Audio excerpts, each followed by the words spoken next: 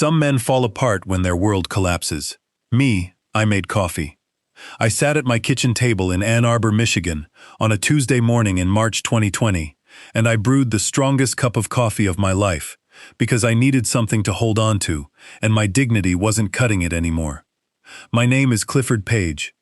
I was 52 years old, 28 years of marriage, 2 kids, a house on Barton Shore Drive overlooking the Huron River that I'd landscaped with my own hands over 4 summers, and a wife, Sandra, who told me, while I was still in my bathrobe, that she was leaving me for Greg Hollis, my best friend since 1994. I remember thinking, at least she could have waited until I finished my coffee. It didn't start that morning, though. It started years earlier, quiet and slow, the way real disasters do. Not a bang, a leak, a hairline crack you don't notice until the ceiling is in your lap. Sandra and I met at Eastern Michigan University in 1992. She laughed at a dumb joke I made about mashed potatoes, and that was it. I was done for. We married in 1993. I went into commercial real estate. She taught 4th grade, then moved into curriculum consulting for Ann Arbor Public Schools. We bought the house on Barton Shore Drive in 2001. Our daughter Renee was 6. Our son Troy came 4 years after her. That house was the only home he ever knew. Greg Hollis came into our lives in 1994. My college roommate's cousin, a landscape architect who moved to town and got folded into our world like family. Poker nights, Super Bowl parties. He was Troy's godfather. His wife Deborah, a pharmacist, was close with Sandra. When Deborah and Greg separated in late 2018, Sandra was there for her. Or so I thought. What I didn't know was that she was also there for him. Looking back, the signs were all there. Sandra at the gym 3 nights a week starting that November. Her phone coming to bed with her in January, breaking a rule we'd had for 20 years. Greg pulling away, shorter texts, fewer nights at our table. I asked her about it once. She shrugged it off with an ease that, in hindsight, was rehearsed. Then came March 10th, 2020. I came home early. A deal on South State Street had fallen through, and found Sandra at the kitchen table, phone face down, coffee gone cold. She used my full name. She only did that when she was about to deliver something I didn't want to hear. I've been seeing Greg 8 months, since the previous July, while I was in Chicago at a real estate conference, shaking hands and collecting business cards. My wife and my best friend were dismantling 28 years of my life. I didn't yell. People expect the broken plates, the shouting. Instead, I sat there, hands flat on the table, and asked one question. Is this over, or are you choosing him? I'm choosing him, Cliff. Not Clifford anymore. Cliff.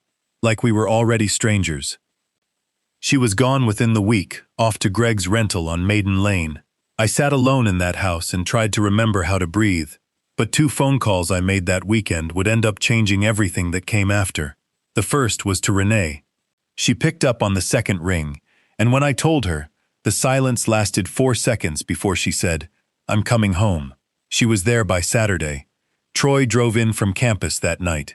The 3 of us sat on the couch, and my son, normally the quietest person in any room, finally asked, "So what are we going to do?" "Not you, we." "I don't know yet," I told him. "But I'm not falling apart. I refuse." The second call was harder. I owed Deborah Hollis the truth, so I called her that Sunday and told her everything. The sound she made wasn't a sob. It was quieter than that, like someone deflating. "I had a feeling," she said. "I just didn't know who." We talked for 40 minutes. Before we hung up, she said something I never forgot. He always needed an audience. The divorce was final that October. Sandra didn't fight for the house. She wanted a clean break. I kept Barton Shore Drive, the river view, the landscaping I'd built with my own hands, and the silence of 28 years reduced to a signature. I was 52, single for the first time since the Clinton administration, alone in a 4-bedroom house on a cold October night. There's a particular kind of humiliation nobody warns you about, standing in your own kitchen at 6 a.m., making coffee for one, realizing you've forgotten what you even like for breakfast because you spent half your life making what someone else wanted. That November, I was still living in a museum of my old marriage, Sandra's throw pillows, Sandra's curtains, family photos that still had 4 faces in them. Renee broke me out of it. She drove up from Detroit, looked around the room, and said, "Dad, we need to talk about something." She slid a notepad across the table with 4 words written on it: residential staging and consulting. Troy joined by FaceTime, propped against the fruit bowl. Between the 3 of us, we had everything. My 26 years of real estate instinct, Troy's degree in urban planning with a gift for spatial design, Renee's 2 years in marketing and branding. "The market's moving fast, Dad," she said. "Sellers need to move fast too. You know this better than anyone." I looked at my son's anxious face on the screen. I thought about the empty Monday morning waiting for me if I said no. "When do we start?" We incorporated Page & Co. Property Consulting that December. My study became the first office. Our first client, a referral, staged a colonial in Pittsfield Township with furniture from 2 consignment shops, and Troy's eye for making a $200 armchair look like it belonged in a catalog. It sold in 9 days, $22,000 over asking. The realtor called the next week wanting to know who we were. By March 2021, exactly 1 year after Sandra walked out, we'd completed 31 projects and had a waiting list of 12. Renee had built a following of 4,000 people, mostly off before and after photos Troy shot and edited himself. We'd grossed $95,000 in 3 months.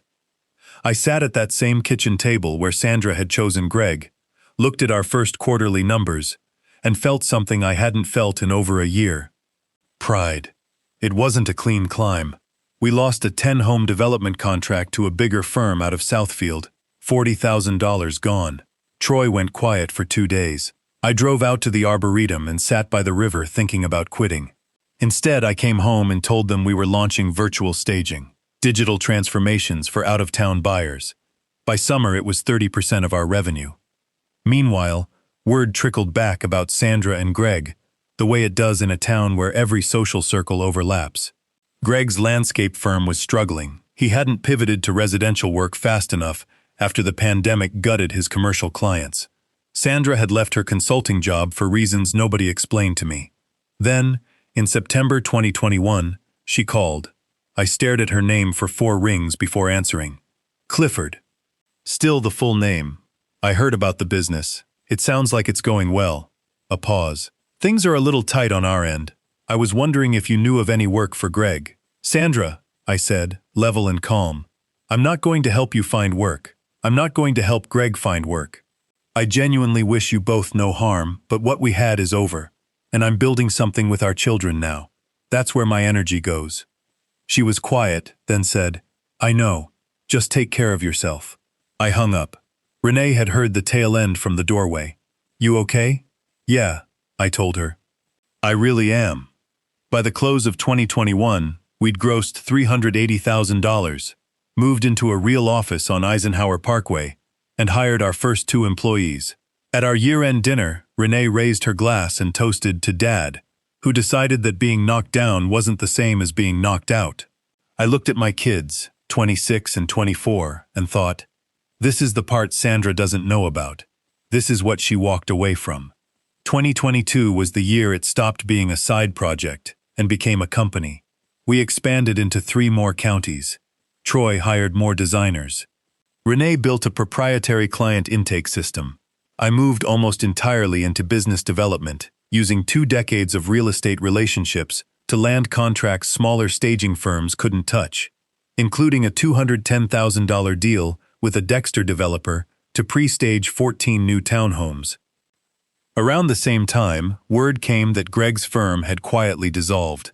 He'd let his staff go before Christmas. The commercial clients never came back post-pandemic, and he hadn't built enough residential volume to survive. Sandra had gone back to substitute teaching, the woman who used to run curriculum for the whole district, picking up shifts. I felt no triumph hearing it, just a quiet recognition that choices have gravity, that what they'd built together didn't have the structural integrity to last. That June, Troy came to me with a 30-page business plan, not staging, but full renovation and design build. We've been walking away from that revenue for 2 years, he said. Renee had already written the marketing section. We launched Page & Co. Design plus Build that September, partnered with 2 licensed contractors, and our first renovation project, a kitchen and primary bath in Plymouth, came in under budget, on schedule, and generated a marketing campaign that reached 200,000 people organically in 2 weeks. The phone didn't stop ringing for a month. Sandra and Greg got married that fall. 20 people. A small venue out by Whitmore Lake. Nothing like the future either of them had probably imagined when the affair began. I heard about it on a Thursday evening while reviewing project budgets in the office. I set my phone down, thought about it for 3 minutes, and went back to the numbers. 2022 closed at $810,000 combined revenue, 14 employees, a magazine feature, a conference panel invite for Renee, a design column offer for Troy. I bought myself a Ford F-150 I'd wanted for years and never let myself have, parked it in the driveway of the house on Barton Shore Drive, and sat behind the wheel looking at the river. I barely recognized the man who'd sat at that kitchen table in his bathrobe 2 years earlier. In the spring of 2023, our accountant slid a spreadsheet across her desk. Combined valuation of both companies, $2.1 million. Renee stared at the number. "Dad, we're millionaires." "We are," I said. "We really are." That November, Greg Hollis called. I let it go to voicemail. His message was careful, almost rehearsed. Congratulations on the business, pride in what we'd built. And then the real reason. His firm was gone. He was doing freelance landscaping. And was there any chance Page & Co. needed someone for exterior staging or curb appeal consulting? He had to ask. I called him back. He picked up on the first ring. "Greg," I said, my voice even, not cold, just even. "I listened to your message, and I appreciate you saying what you said. I'm going to be straight with you, the way I wish you'd been straight with me. There's no place for you at my company. Not because I'm carrying bitterness. I'm genuinely not anymore. But because the trust it takes to bring someone into what my children and I built is something you forfeited a long time ago. I hope you find your footing." I ended the call and went back to work. By the end of 2023, we'd closed at $1.8 million, 22 employees, and plans for a second office in Detroit.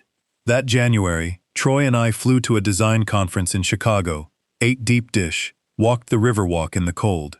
"Are you happy, Dad?" he asked. I actually thought about it before answering. "Yeah, I think I am."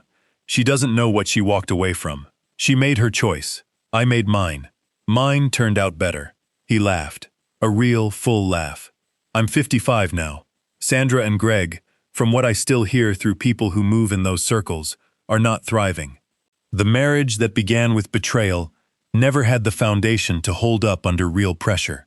They sold the Maiden Lane house last year. Too expensive to keep. Sandra is still substitute teaching. My business is valued at over $3 million heading into this year. We're opening that Detroit office in the spring. I still live on Barton Shore Drive. Troy redesigned the kitchen last fall, and it's spectacular. The landscaping I planted over 4 summers has finally settled into the property, like it was always supposed to be there. I'm not a man without scars. 28 years of shared life doesn't dissolve without leaving marks. But scars aren't wounds, they're proof something happened, and that you survived it. If you're somewhere in the middle of your own version of this, if someone you trusted broke something you thought was irreplaceable, hear this. You don't have to become someone new. You just have to find who you already were, underneath all the years of shrinking yourself to fit a life that stopped being big enough for you. My kids didn't hand me a business plan because they felt sorry for me. They handed it to me because they believed in me. They always had. I'd just been too busy keeping someone else comfortable to notice. Sandra and Greg gave me, unintentionally, at enormous cost, the one thing I needed most, a reason to find out what I was actually made of. Turns out, it was more than I knew.